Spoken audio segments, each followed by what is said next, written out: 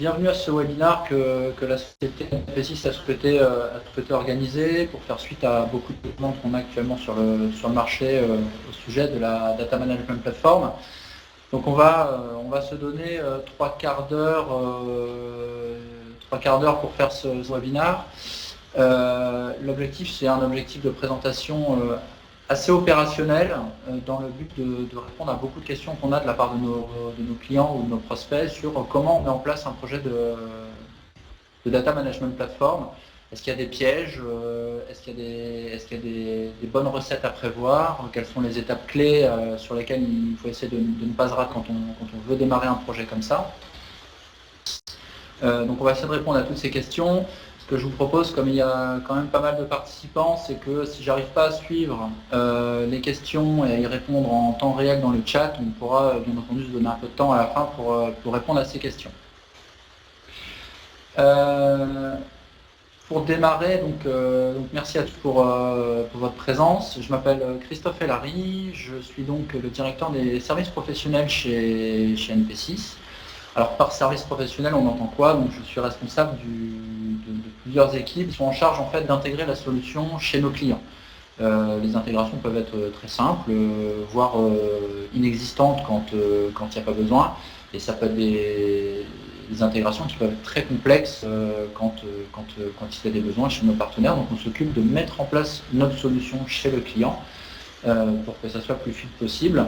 Et bien entendu, toujours pour que le client y gagne au final, on essaie dans l'équipe de ne pas perturber l'équipe d'R&D NP6 pour qu'elle puisse délivrer au maximum les fonctionnalités autres qu'on aurait dans le temps imparti. Donc on va se focaliser aujourd'hui sur la mise en œuvre d'une DMP. On va faire cela en trois étapes. Donc je vais présenter NP6 de façon assez succincte, car beaucoup d'entre vous connaissent déjà la société et il y a tout ce qu'il faut sur les slides pour bien présenter la société. On va se prendre pas mal de temps sur comment on met en œuvre une DMP, quelles sont les étapes clés, la collecte, la segmentation, l'activation de la donnée. Je vais vous présenter à la fin une série de use cases. Alors ça sera non exhaustif, on a essayé de faire l'exercice avec les équipes ici, d'avoir une liste de tous les use cases qu'ont pu réaliser nos clients avec notre DMP. C'est presque impossible tant il y en a. Donc on a des use cases intéressants. Je pourrais bien entendu, pour ceux qui souhaiteraient me contacter après le webinaire, en savoir plus, je pourrais en représenter plein. Ici je vais en détailler deux. Et puis après on pourra se faire une session de questions-réponses. J'espère que le plan sera celui que vous souhaitez. Hop. Alors, NP6, donc nous on a un partenaire. On a un partenaire qui a vocation à fournir une techno pour les services marketing des entreprises. À l'heure actuelle, les services marketing sont nos principaux demandeurs quand ils s'adressent à nous. Ils ne souhaitent pas une plateforme technique, mais ils souhaitent opérer de la data de façon simple, sans avoir à déranger leur DSI en interne bien souvent. Vraiment, on s'adresse au service marketing de nos clients. Et pourquoi NP6 arrive de plus en plus sur le sujet de la DMP? Historiquement, donc NP6 c'est une société qui a 15 ans et qui a fait son cœur de métier sur l'envoi de campagnes et de messages email et SMS. Depuis 2 ans, 3 ans maintenant, la demande est arrivée assez forte sur NP6 de pouvoir équiper les partenaires NP6 de solutions de DMP. Pourquoi? Parce que les clients d'NP6 se retrouvent avec toute une masse de données que bien souvent les clients n'arrivaient pas à opérer.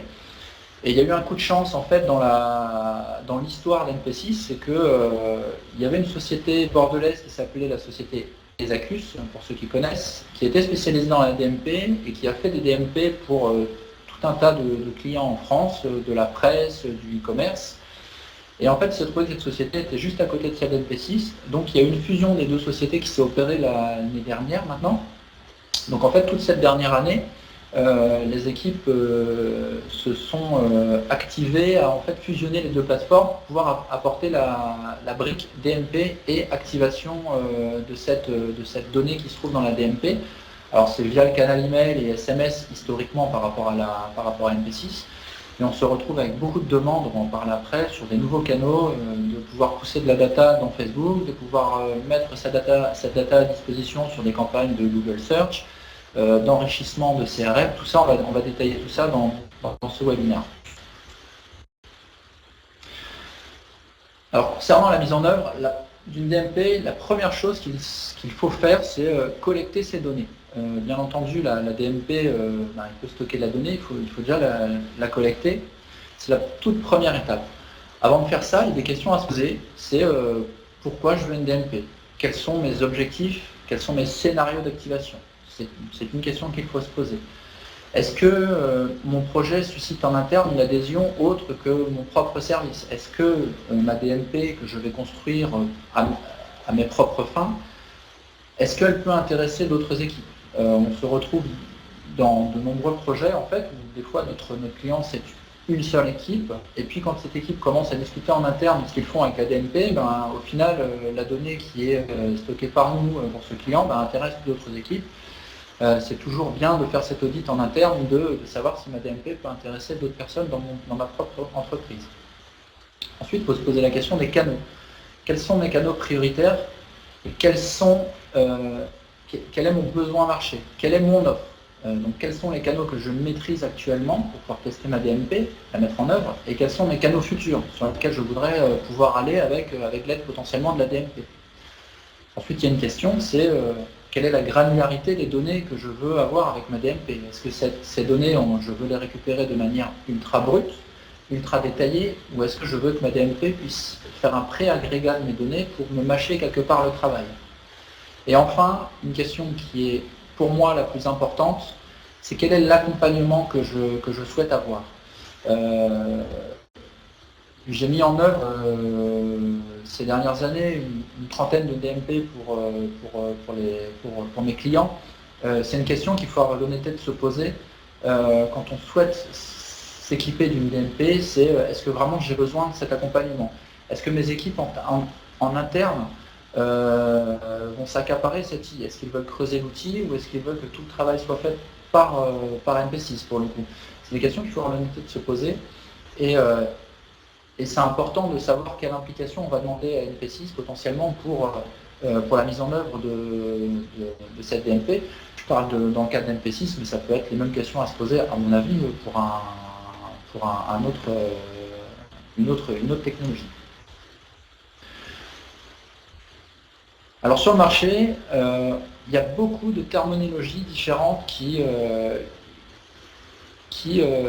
qu'on trouve dans la presse. Quand on parle de DMP, on peut parler de DMP, on parle de RCU, on entend parler de Data Lake, de MDM. Vis-à-vis souvent des services marketing, la terminologie la plus utilisée, c'est la terminologie de DMP, donc Data Management Platform, qui peut également avoir la terminologie RCU, référentiel client unique.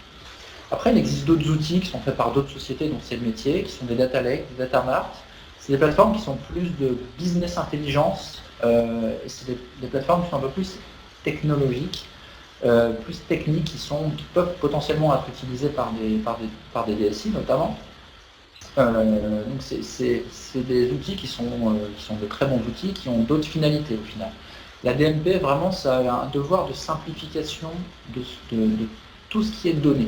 Il faut rendre cette donnée simple à comprendre, utilisable tout de suite. Quand on parle de DMP et de RCU dans l'objectif d'aujourd'hui, on parle de rassembler toutes les données online et offline, d'accord, dans le but de rassembler ça dans une plateforme technique pour nous et non technique pour nos clients. Le but est de vraiment avoir cette donnée disponible et opérable immédiatement. D'accord? Il ne doit pas y avoir d'intervention de DSI pour opérer la donnée que les clients nous ont fournie. Alors je vois une première question sur laquelle je peux répondre. Un Data Lake, un Data Mart, un MDM apportent des fonctionnalités que les DMP ont très peu. Ils ont notamment des fonctionnalités de lavage de la donnée. Par exemple, si vous allez au garage Peugeot de Bordeaux et vous allez écrire mon nom avec un i dans la base de données du magasin de Bordeaux, il se pourrait que j'aille dans un autre magasin Peugeot et que la personne écrive mon nom correctement.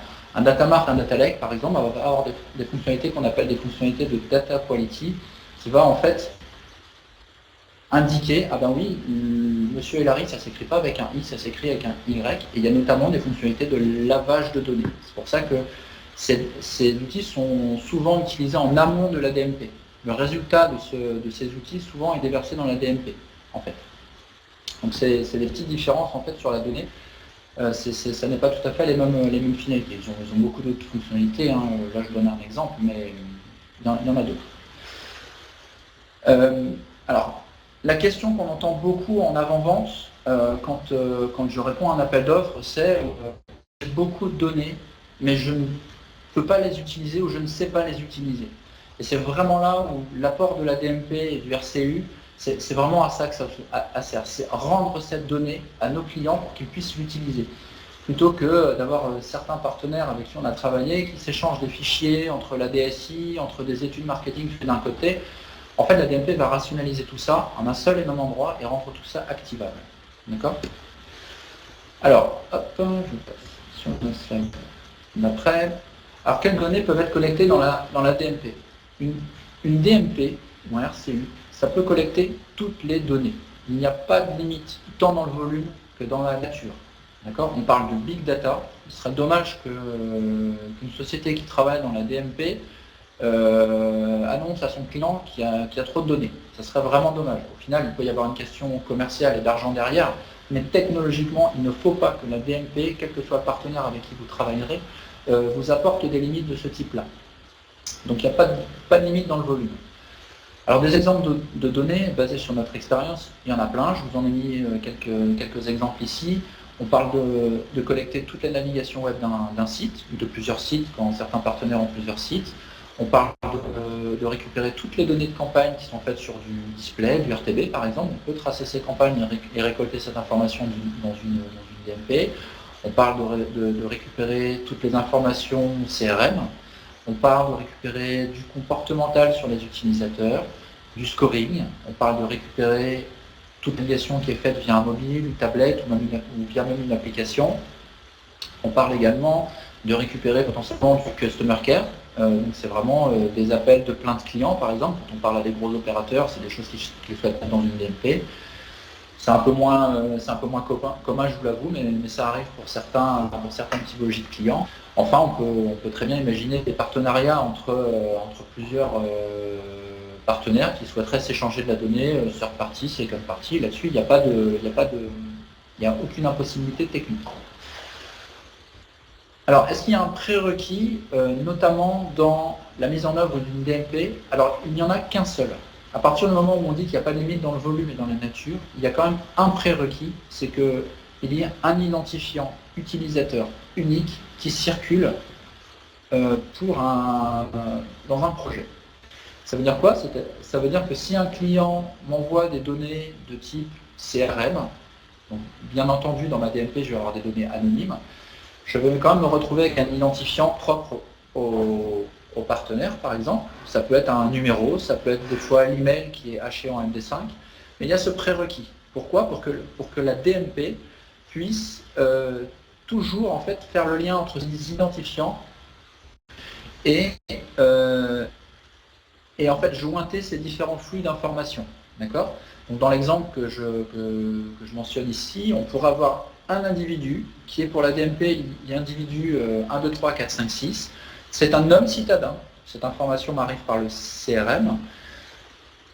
C'est quelqu'un qui a ouvert les trois mails dans le dernier mois. D'accord? C'est du comportemental. C'est quelqu'un qui a effectué chez moi un achat. Il a acheté un voyage à 2000 € le 12 mars 2017. C'est quelqu'un qui s'est connecté sur mon site et qui a vu une offre mais qui n'a pas acheté.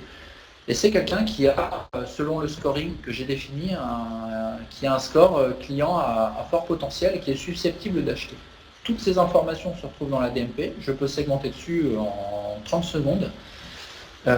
Toujours est-il que tous ces flux d'informations qui sont arrivés, à la fin, tout se relie à un identifiant utilisateur unique. Enfin, comment on opère cette collecte de données? Alors, nous, chez NP6, on est très friand de méthodologie agile, c'est-à-dire qu'on opère intégration par intégration, flux par flux. Ces intégrations, pour certaines, nécessitent, bien entendu, chez nos partenaires, d'intégrer les DSI. Ça peut être de se dire que pendant 5 jours, il y a une intégration à faire un peu spécifique avec un partenaire et on va intégrer la DSI. Ce qui est bien, c'est qu'une fois que c'est fait, c'est fait.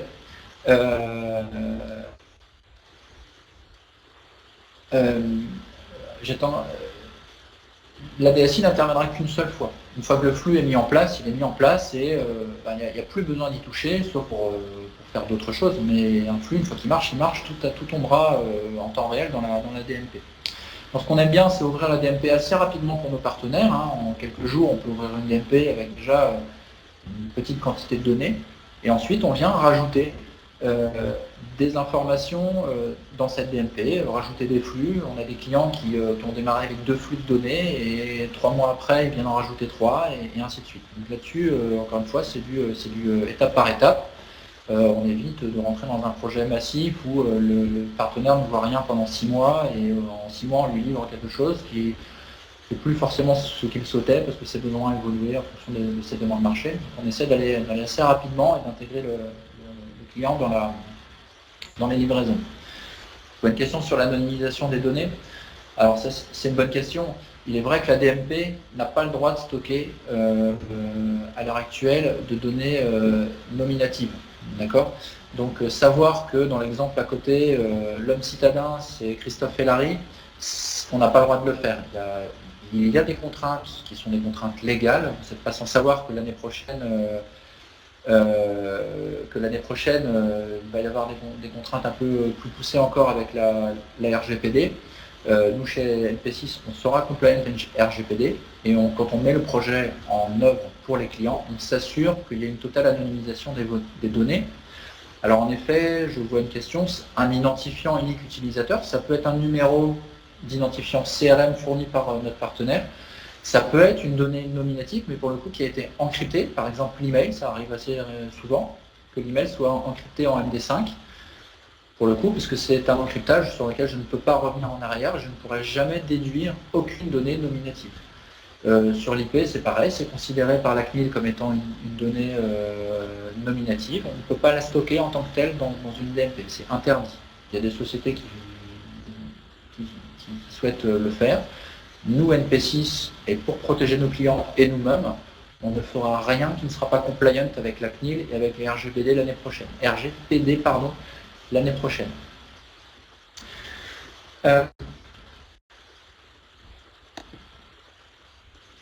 Donc comment collecte-t-on, un peu techniquement, mais je ne vais pas rentrer dans les détails, comment on collecte de la donnée dans une DMP? Alors, l'expérience sur les dizaines de DMP qu'on a mis en œuvre pour nos clients, il n'y a pas 50 méthodes, il y a 3 méthodes principales pour envoyer des données dans une DMP. D'accord? Souvent, quand on parle de navigation web, on va parler de tagage de site. D'accord? Donc c'est un simple tag JavaScript qui est posé sur les pages du site du partenaire. Tag qui est même enrichi, bien souvent, les partenaires à nous, ils ont en fait ils ont déjà un plan de tag qui est en place, ils ont un plan de tag qu'ils ont mis en œuvre pour Google Analytics ou Xiti. Bien souvent, on va leur dire, on ne va pas refaire un plan de tag, vous avez fait un plan de tag qui est déjà très bien, on va le réutiliser, comme ça quand vous arriverez dans votre DMP, vous allez retrouver un peu vos clés valeurs que vous avez mis dans Xiti ou Google Analytics. C'est taguer un site, c'est un jour de travail à faire chez le partenaire, le temps de faire quelques tests sur les paniers abandonnés, ce genre de choses, mais c'est un non-sujet, il n'y a pas de mise en œuvre énorme. Une DMP, ça se met en œuvre assez facilement, il n'y a pas besoin de rentrer dans des projets qui durent des semaines ou des mois. Pour tout ce qui est données, je vais dire un peu plus offline, par exemple des données de tickets de caisse, des données d'achat sur des entités qui vendent dans des magasins. On va parler en effet de fichiers plats de type CSV qui sont en effet user-centric, comme je le vois dans les questions. Donc c'est souvent un énorme j'ai souvent un énorme fichier plat qui m'est reçu, avec toujours, première colonne, bien souvent, l'identifiant utilisateur dont on a parlé avant, et tout l'historique d'achat de cet utilisateur. Encore une fois, si on parle d'historique de ticket de caisse, il nous arrive de recevoir telle personne, qui est le numéro 1, 2, 3, 4, 5, 6, est venu dans le magasin de Paris, il a acheté une chemise, par exemple, qui a coûté 39 €. Et s'il a fait plusieurs achats, je me retrouve avec l'ensemble de ces informations qui nous sont mises à disposition. C'est un fichier qui est déposé à plat sur un FTP qu'on met à disposition des clients. Et nous, on a à charge d'avaler ce fichier et de le rendre disponible. Alors avec des données qui sont souvent un petit peu agrégées quand même, sont légèrement traitées pour que ça soit un peu plus user-friendly, comme on dit dans l'interface. Mais ces données arrivent dans la plateforme et sont disponibles dès le lendemain pour le client. Et enfin, de façon moins commune, on a de temps en temps des demandes sur des API. Mais c'est quand même moins fréquent que les deux méthodes dont je vous ai parlé précédemment. L'API est quand même bien moins utilisée. Alors, quelles sont les étapes clés pour bien réaliser cette collecte? La première étape, c'est auditer ces données. Quelles sont-elles? Où se trouvent-elles? Et comment je peux les extraire? Donc ça, c'est vraiment un travail que nous, on peut poser les questions, mais c'est vraiment un travail interne à l'entreprise qui veut travailler avec nous, de savoir quelles données il souhaiterait utiliser, où se trouvent-elles dans son organisation, et est-ce qu'il y a moyen de créer des ponts?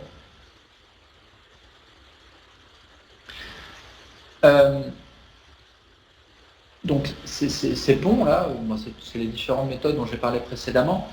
Les données, il arrive, quand on pose cette question d'auditer ses propres données, il arrive que l'équipe avec qui on se fait mettre en œuvre la DMP, tout d'un coup découvre qu'en fait, il y a du scoring qui a été fait par une autre équipe pour une autre étude, et que finalement le résultat de ce scoring est intéressant, ça serait intéressant de le mettre dans la DMP. C'est vraiment un travail qu'il faut faire. Pourquoi? Parce qu'on part du principe que plus vous en mettrez dans la DMP, plus vous offrirez de capacité de segmentation et d'utilisation de cette donnée après. Alors, je vais répondre à la mise à disposition de ces données dans la DMP. Alors pourquoi les données ne sont pas disponibles dans la DMP en temps réel? Il arrive fréquemment tout simplement que les données ne peuvent pas arriver dans la DMP en temps réel. Nous, segmenter la DMP en temps réel et la mettre à disposition en temps réel sur une plateforme comme le RTB, on sait le faire, il n'y a pas de problème. En revanche, quand on parle de données de type CRM ou de type ticket de caisse, cette donnée-là, les clients avec qui on fait ces fameux flux de données, on opère ces flux de données, ne sont capables de nous envoyer ces flux de données qu'une fois par jour. Donc nous, on reçoit ça une fois par jour. La DMP traite cette donnée et la rend disponible tout de suite. Et après, vous pouvez jouer avec en temps réel. Ça, il n'y a aucun problème. C'est juste qu'en fonction des flux, il y a des impossibilités techniques.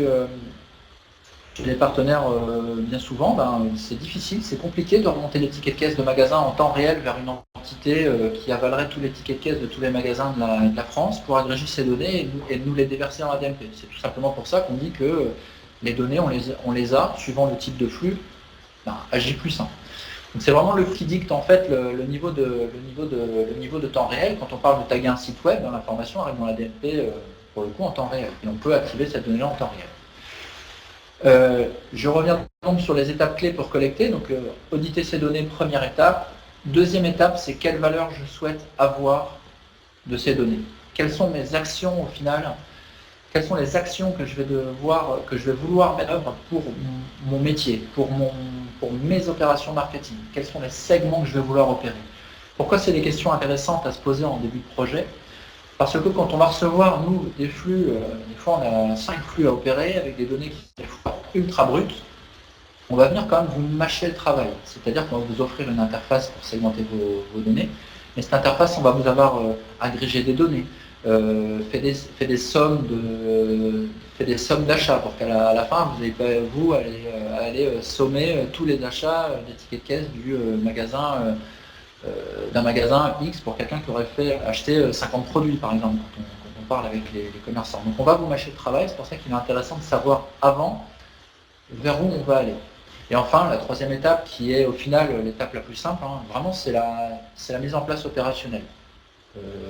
c'est pas compliqué, il y a du travail, hein.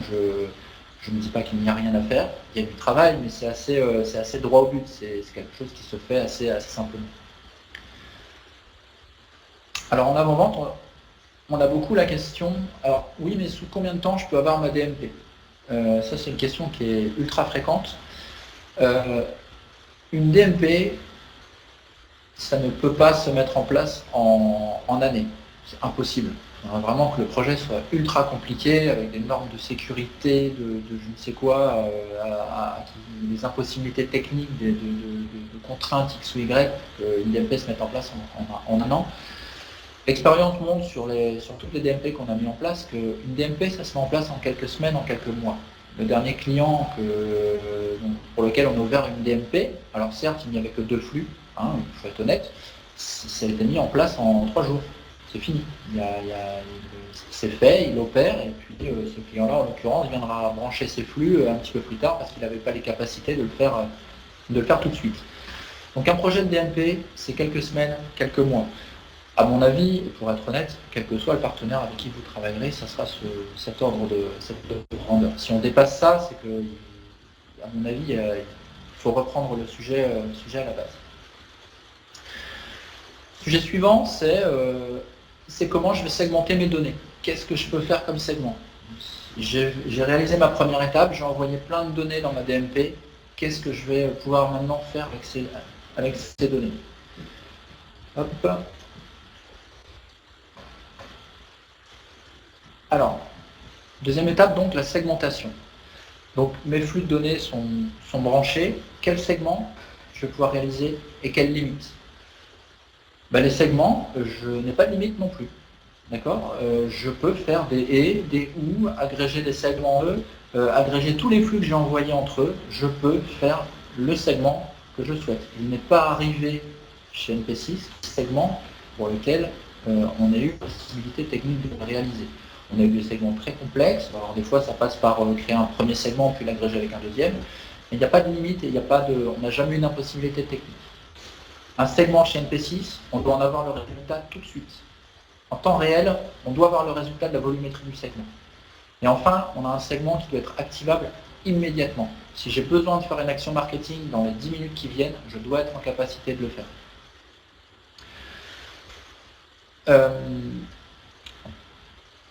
Je vais faire un petit aparté sur les segments de type scoring, parce que ça va faire écho à la question qui vient d'être posée. Donc le scoring, alors il y a beaucoup de choses dans la presse sur le scoring. D'accord? On entend parler de scoring un petit peu de lookalike, on en entend beaucoup parler. Le scoring, ça peut être quelque chose de très simple, et ça peut être quelque chose de très très poussé et compliqué au niveau algorithmique. On a une expérience, nous, on a fait un projet qui a été mis en production dernièrement pour un de nos partenaires. On a plusieurs semaines, voire plusieurs mois de travail sur définir l'algorithme pour le métier du client. Donc, et ça, toutes les DMP ne sont pas capables de le faire. C'est-à-dire avoir votre algorithme et le mettre dans notre plateforme, comme ça, en claquant des doigts, on ne connaît pas de techno chez NP6 qui permettent de le faire. On peut s'adapter à un algorithme, si vous en avez un, on le fait pour certains de nos partenaires, ou même le scoring, on peut tout à fait envisager que le résultat de votre propre scoring, on vienne l'intégrer à la DMP. Ça arrive souvent. C'est-à-dire qu'on a des clients qui souhaitent garder en interne leur propre métier, leur propre algorithmie. Ils souhaitent faire le scoring de leurs propres utilisateurs, ils ont des équipes de data miners, de statisticiens en interne, et ils souhaitent garder cela. En revanche, le résultat de cet algorithme, on peut le mettre dans la DMP sans aucun problème. C'est un pont à définir, c'est comme un flux de données X ou Y. Et on peut faire en sorte que soit la DMP vienne chercher un fichier au final chez le partenaire pour l'intégrer à la DMP, aucun problème là-dessus, ou alors on devra réadapter éventuellement le bout de code. Si c'est un code qui est écrit en R ou en SAS pour d'autres partenaires, on verra si on est capable, nous, de le réécrire dans notre langage. D'accord? Donc là aussi, il y a toujours des solutions. Que ce soit le résultat du scoring qui est intégré à la DMP, que ce soit nous qui fassions ce scoring pour nos clients parce qu'ils n'ont pas les équipes en interne et ils veulent avoir quand même du scoring fait par la DMP, Nous, on sait faire.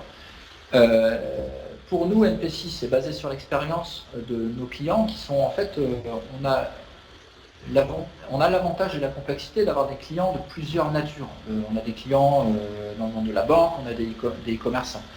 Nous, notre expérience, c'est de dire on peut faire un scoring un peu générique à tout le monde, des clickers sur des emails par exemple, des churners, c'est des choses qu'on va retrouver et des algorithmes qui sont un peu les mêmes. En revanche, on sait d'expérience que mettre en place un scoring pour vendre des voitures, ça n'est pas pareil que vendre un scoring pour vendre une assurance ou vendre un scoring pour un e-commerçant. Donc si on veut s'attacher vraiment le métier du client, bien comprendre ses règles métiers et bien comprendre le comportement de ses utilisateurs pour arriver au scoring le plus poussé, on va travailler avec le client là-dessus. D'accord ? On va vraiment avoir une phase de discussion, d'audit de ces données, de compréhension du comportement de ces utilisateurs dans ces données. Et c'est là où nous on dit le scoring, ça peut être simple, ça peut être de dire je prends tous ceux qui ont dépensé plus de 1000 € ce mois-ci, c'est mes top acheteurs, pas de problème, c'est une forme de scoring qui est tout à fait valide. Mais de dire je vais essayer de définir dans le futur qui est susceptible d'acheter ma voiture, à ce moment-là, ce n'est pas du tout le même travail. C'est un vrai travail d'algorithmie et de machine learning. Et du coup, c'est un travail qui est un peu plus poussé. Alors des exemples de segmentation, basés sur l'exemple d'avant, je veux avoir un segment, tous les hommes qui ont acheté une paire de chaussures Nike à 100 € et qui sont venus sur mon site Nike.fr la semaine dernière mais n'ont pas acheté, et qui ont cliqué sur mon dernier mail et qui sont des sportifs de haut niveau. C'est un segment qui est tout à fait réalisable en 30 secondes de travail sur l'interface de notre DMP. C'est un scoring. À ce niveau-là, petit warning, il faut faire super attention quand on fait une action marketing, il faut faire très attention à la sursegmentation. Qu'est-ce qu'on appelle la sursegmentation ? Sursegmenter, c'est avoir un segment qui est ultra pertinent, mais il n'y a plus de 2 personnes dedans. Il nous est arrivé ici de recevoir des pitchs pour certaines campagnes de 2 feuilles à 4. 2 feuilles à 4 de critères, il y avait 2 personnes dans le segment. Si vous souhaitez activer et envoyer une pub sur Internet à ces 2 personnes, premièrement, ça va être compliqué de les retrouver sur Internet. Deuxièmement, vous n'allez jamais pouvoir afficher votre pub, d'accord, à ces 2 personnes. Donc, il y a un compromis à trouver entre l'exactitude du segment idéal et la volumétrie de ce segment. Donc ça, nous, on a l'expérience parce qu'on a fait beaucoup de segments pour nos clients. Donc on a cette expérience, on peut conseiller, en fait, quand on met en œuvre la DMP, on peut conseiller là-dessus.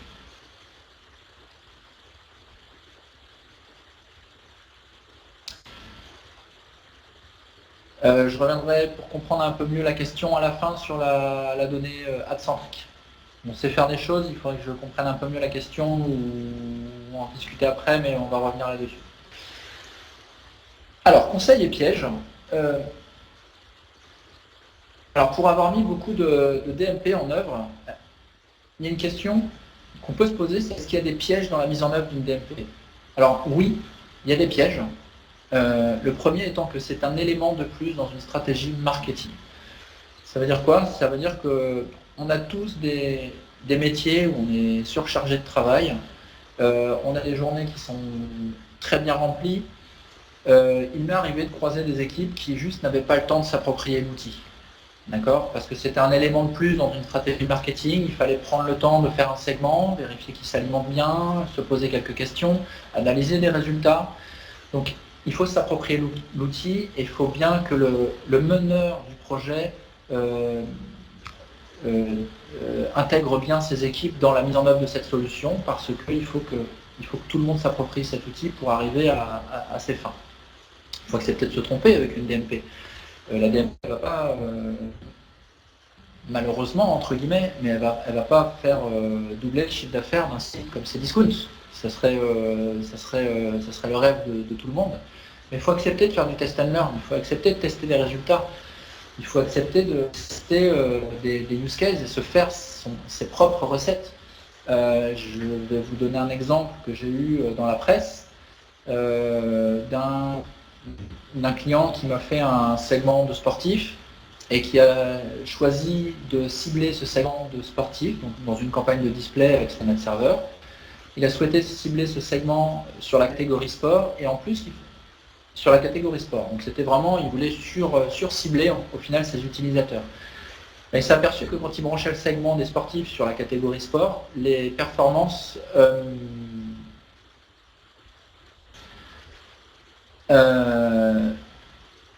en fait, il s'est aperçu qu'en branchant le segment sur son ad serveur, ça faisait chuter ses perfs.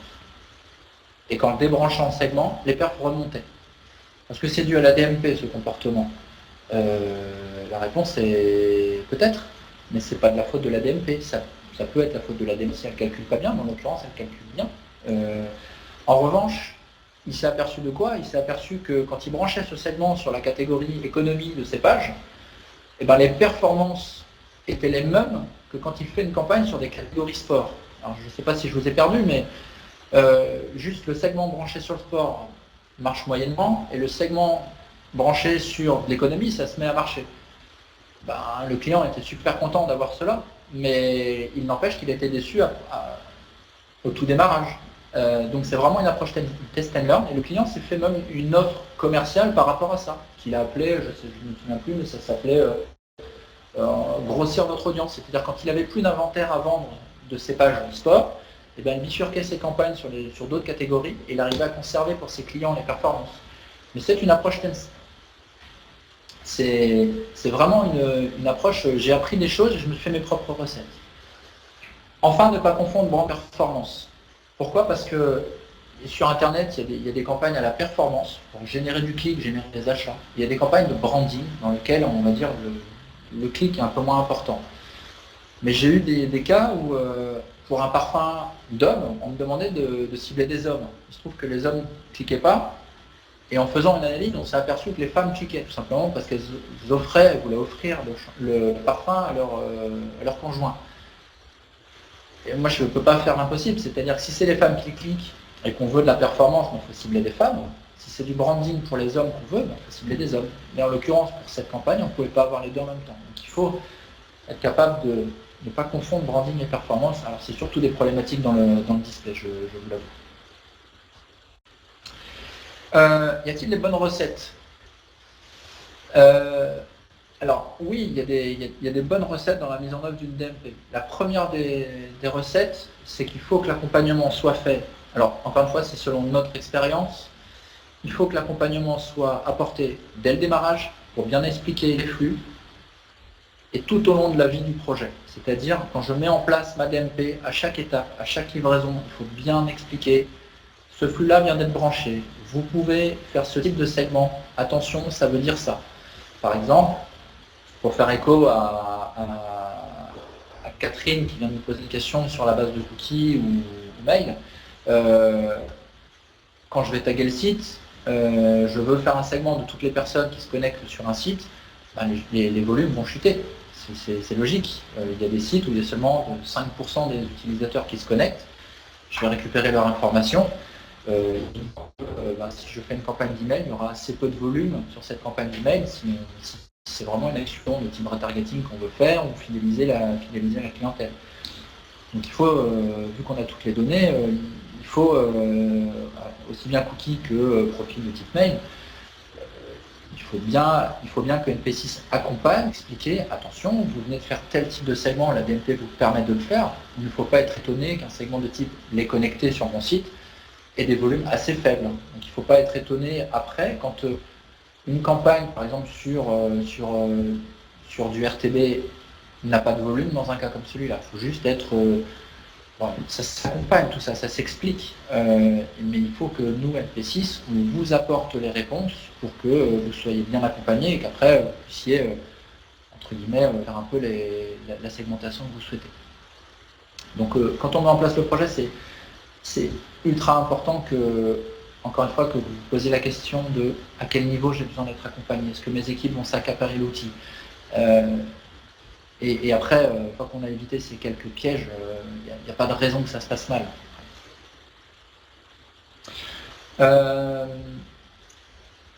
Alors, activer ces données. Donc, j'ai fait une première étape, j'ai collecté toutes mes données, je me suis donné capacité à segmenter suivant toutes les données que j'ai mis dans ma DMP. Imaginons j'ai 5 flux, 10 flux, peu importe. Maintenant, c'est comment j'active mes données. Alors déjà, il faut se poser une question, c'est ma DMP, je veux la connecter à quel canal? D'accord? C'est important de se poser cette question-là parce que je peux vous donner un petit conseil, c'est d'introduire l'ADMP sur des canaux que vous maîtrisez déjà. Pourquoi? Parce que vous allez tout de suite comprendre quel est l'apport de votre DMP. Vous allez tout de suite pouvoir dire, ah ouais, quand je fais ça sur le flux email que je fais d'habitude, j'ai moins de volumétrie, mais j'ai plus de clics. Je peux apporter si j'ai besoin de moins envoyer de mails pour arriver au même résultat. Donc vraiment apporter cette DMP sur des canaux déjà maîtrisés, c'est vraiment un bon petit conseil pour ne pas se perdre sur un canal que vous ne maîtrisez pas, ou en plus je viens rajouter une couche de DMP. Au final, les données, on ne sait pas si c'est la propre campagne, si c'est la campagne qui n'était pas bonne, ou si c'est mon segment dans ma DMP qui n'est pas bon. Donc vraiment, c'est intéressant d'introduire sa DMP sur les canaux. La DMP, elle peut être activée sur pas mal de canaux. Alors on parle d'email, de canal email, on parle de canal SMS, on parle de Facebook, on parle de Google Search, les campagnes de display, un peu plus rarement de Customer Care et de centre d'appel. Alors la demande est un peu plus présente depuis 3-4 mois, on a un peu plus cette demande. Et alors ça pousse très fort au niveau de réenrichir une base CRM. Pourquoi? Parce qu'ils s'aperçoivent, beaucoup de clients s'aperçoivent au final que dans ma DMP, ils ont mis beaucoup de données, mais la DMP elle-même génère de la donnée qui est ultra intéressante. Donc certes, on peut l'activer dans des canaux, mais on a beaucoup de demandes de réenrichissement de base CRM pour pouvoir faire de la connaissance client, d'accord, pour réalimenter des équipes de data miners chez nos clients. On a ces demandes qui poussent assez fréquemment. Donc ça, c'est un ensemble de canaux. Éventuellement, il y en aurait d'autres à prévoir. La tuyauterie de tous ces canaux, il n'y a rien d'ésotérique. C'est un peu tout le temps pareil au final. Soit on appelle une API pour pousser des segments dans un canal, soit c'est, alors ça c'est l'exemple de Facebook, Google, des plateformes emailing. Le display, c'est souvent de la synchronisation de cookies qui a lieu sur les sites web pour pouvoir opérer cela. Et puis, alors quand on parle de Customer Care et de centre d'appel, suivant les technos qui sont utilisés, ça peut être des API, mais bien souvent c'est quand même des échanges de fichiers plats, de même que pour le CRM.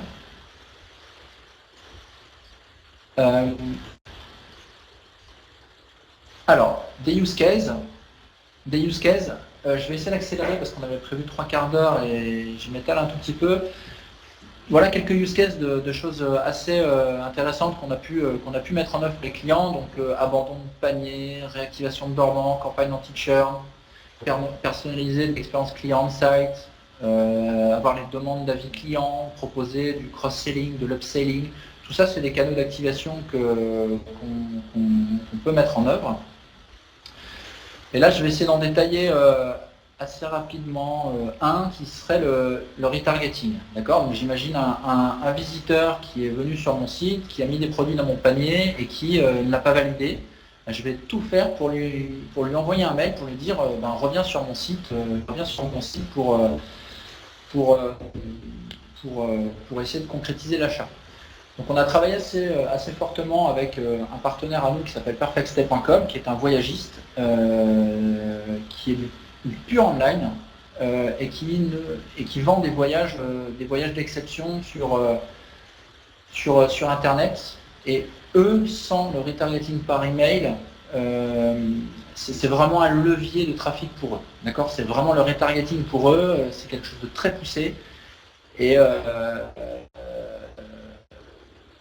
scénario email, pardon, je reviens dessus. Donc je suis un utilisateur, j'ai mis un produit dans mon panier, d'accord, j'ai détecté cela.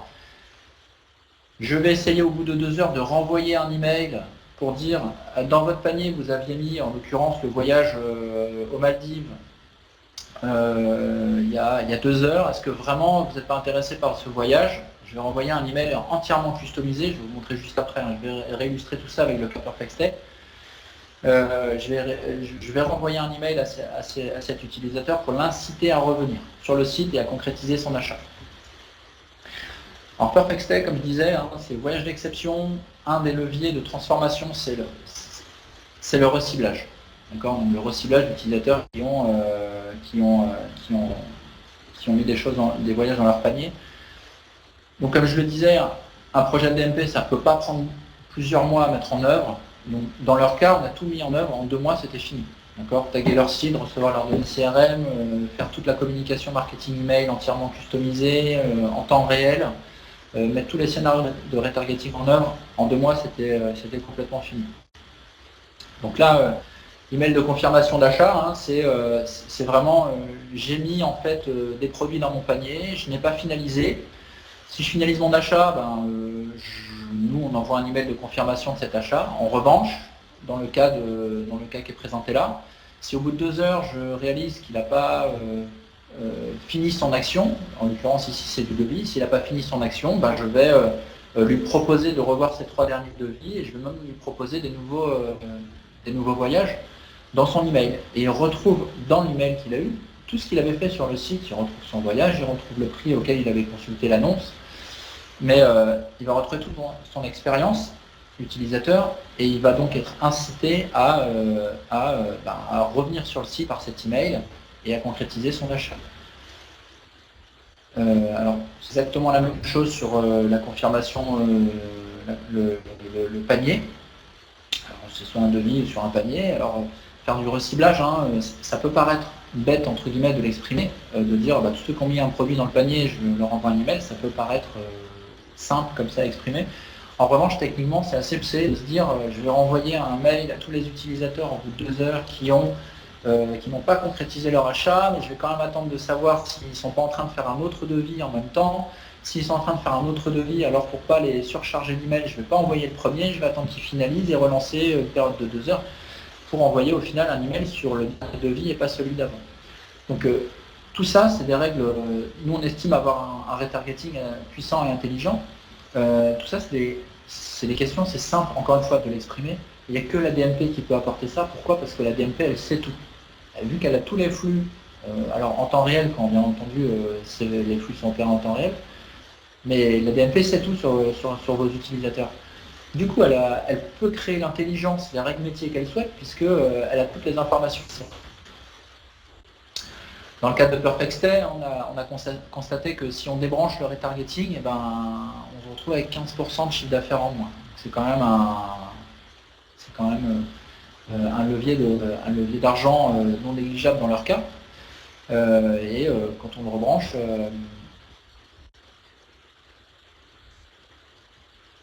non, en fait, les analyses sont directement faites dans la plateforme. C'est-à-dire que comme j'expliquais au début du webinaire, la DMP est directement intégrée dans la solution NP6. Au final, on arrive à avoir des stats globales de ce qui se passe.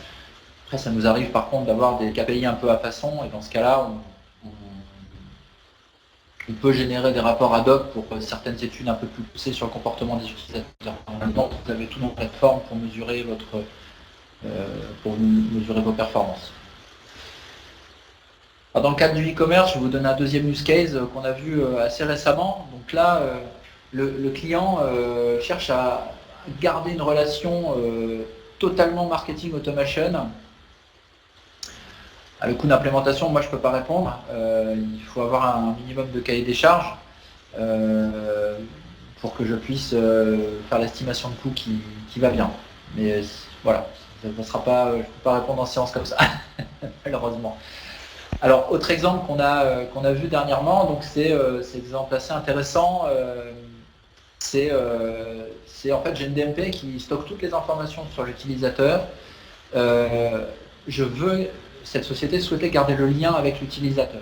D'accord? Donc il a souhaité faire une étape de je vais demander à mes utilisateurs ce qu'ils ont pensé de mes produits. Donc il a fait son propre segment tout seul et il dit tous les utilisateurs qui ont acheté dans mes magasins ou sur le web des produits dont le montant est supérieur à 50 €, je vais leur envoyer un email pour leur demander de revenir sur mon site, donner leur avis, et enfin l'avis des clients, je vais le réintégrer dans ma DMP. D'accord? Pourquoi? Parce que les clients qui ne sont pas satisfaits, je vais éventuellement essayer de leur reproposer une réduc ou de revenir en magasin ou de changer mes produits. Et là, on rentre dans le fameux marketing automation dont on entend parler beaucoup dans la presse. C'est qu'une fois que ça s'est mis en œuvre pour les clients, une fois que ces flux d'informations, c'est fait. Une fois que c'est fait, c'est fait. C'est-à-dire que ça tourne tout seul. C'est une boucle infinie. Donc tous les utilisateurs qui vont dans ces magasins-là reçoivent un email, vont donner leur avis. Quand ils ne sont pas satisfaits, ça remonte sur le customer care du client. Ils peuvent appeler les clients, les inviter à revenir à des événements spéciaux dans les magasins. Ils peuvent éventuellement leur proposer de nouveaux produits, de venir échanger leurs produits. Tout ça, une fois que c'est fait, c'est fait. Et on rentre dans ce qu'on appelle le monde du marketing automation. Vraiment. Et ça, c'est une volonté forte d'NP6 d'aller de plus en plus vers cela. C'est-à-dire que les scénarios, une fois qu'ils ont été mis en œuvre, ben, c'est fini, ils sont mis en œuvre. Donc ça, c'est un autre exemple de pur flux de relations clients qui n'est pas possible sans la DMP. On a vu dernièrement également un autre use case assez intéressant auquel moi personnellement j'aurais jamais pensé. Il y a un client à nous qui a vendu des produits qui étaient défectueux. Ce client-là a fait un segment de tous les utilisateurs qui ont acheté le produit entre telle date et telle date et a envoyé un email à ses clients ou un SMS, dans les autres cas, pour dire à ses clients de revenir en magasin pour changer le produit. C'est un use case, quand j'en parle avec ce client-là, je lui dis honnêtement, je n'y aurais jamais pensé.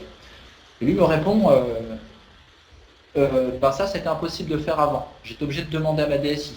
Alors la DSI de ce client-là, pour les connaître, est tout à fait apte à faire le travail, parce qu'ils sont surchargés de travail, que ça rentre au-dessus d'une pile de travail, et que par conséquent, ben, c'était compliqué d'avoir cela en temps réel. Là, ça a pris 3 heures, le temps de forger un peu l'email, de le faire un peu sexy, mais tout était fini. Alors voilà, moi j'en ai fini pour aujourd'hui. J'ai un petit peu dépassé au niveau du timing. N'hésitez pas à aller voir sur le site np6.com. On a écrit des livres blancs que je vous inviterai à télécharger.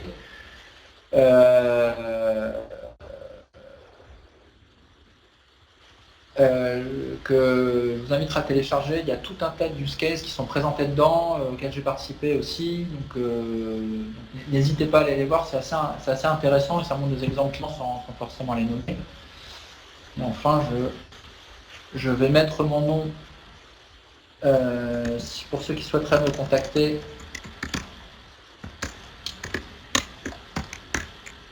Je mets mon adresse email dans le chat. Et enfin, je vais essayer de répondre à quelques questions pour ceux qui souhaitent. Alors, pour le coup, je pourrais pas répondre. Je ne suis pas habilité entre guillemets à répondre à cela, mais contactez-nous et il n'y aura pas de problème. Alors oui, il y a des cas pratiques de marketing automation. Je vous ai montré un use case juste avant, mais il y en a vraiment tout un tas d'autres dans les livres blancs. Hein. Vraiment, l'ADP permet d'arriver à ce marketing automation. C'était bon, pas tout à fait possible avant. Il y avait plein de use cases qui n'étaient pas réalisables sans CDMP, donc faut pas hésiter. Alors, les réconciliations d'éditeurs. Je vois qu'il y a beaucoup de questions qui arrivent. Pour tout ce qui est réconciliation d'identifiants, en effet, souvent les DMP, que ce soit nous ou les autres, hein, c'est pareil, ça se base souvent sur ce fameux identifiant CRM dont on a parlé avant, c'est-à-dire quelqu'un qui va se connecter sur une appli, donc on va par exemple sur Google ou sur Apple, pardon, on va récupérer l'IDFA de l'utilisateur, sur Google on va récupérer son Android ID, et quand on sait que ces deux personnes se connectent, au final, ce qu'il y a bien, c'est que ce fameux utilisateur commun, identifiant unique dont on a parlé au début de la présentation, c'est lui qui va faire la connexion entre tous ces identifiants. Donc on est capable de savoir que quelqu'un qui se connecte sur cette appli, c'est aussi la personne qui est venue se connecter sur le site, c'est aussi monsieur Homme qui est le fameux citadin. C'est comme ça qu'on fait de la réconciliation sur Internet et les applis. Marketing automation sans DMP, oui, vous pouvez en faire. Vous pouvez en faire dès maintenant, à partir du moment où vous avez une plateforme type NP6, même sans l'option DMP, vous pouvez le faire. C'est juste que la DMP va vous permettre d'aller plus loin. Vous n'aurez pas, pour les e-commerçants, l'ensemble des achats réalisés par les utilisateurs sur les 3 dernières années. Vous ne l'aurez pas dans Vous ne l'aurez pas dans toutes les plateformes. Le DMP, c'est son métier de traiter cette grosse quantité de données.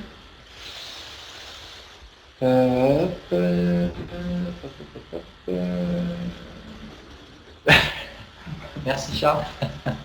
Donc oui, vous pouvez faire déjà plein de choses, c'est juste la BMP vous permet d'aller plus loin. Moi de mon côté j'en ai fini, je vous ai mis mon adresse email directe pour s'il y a des questions que vous avez en plus, faut vraiment pas hésiter. On va mettre cette présentation en téléchargement aussi après ce webinaire. Il ne faudra pas hésiter à aller le relire. Il ne faut pas hésiter à me contacter, à me challenger potentiellement. Je suis ouvert à toute discussion par rapport à ça. Donc vraiment, n'hésitez pas. Et si ça convient à tout le monde, je vais vous souhaiter une bonne fin d'après-midi sous la chaleur. Et puis peut-être à bientôt pour une autre session.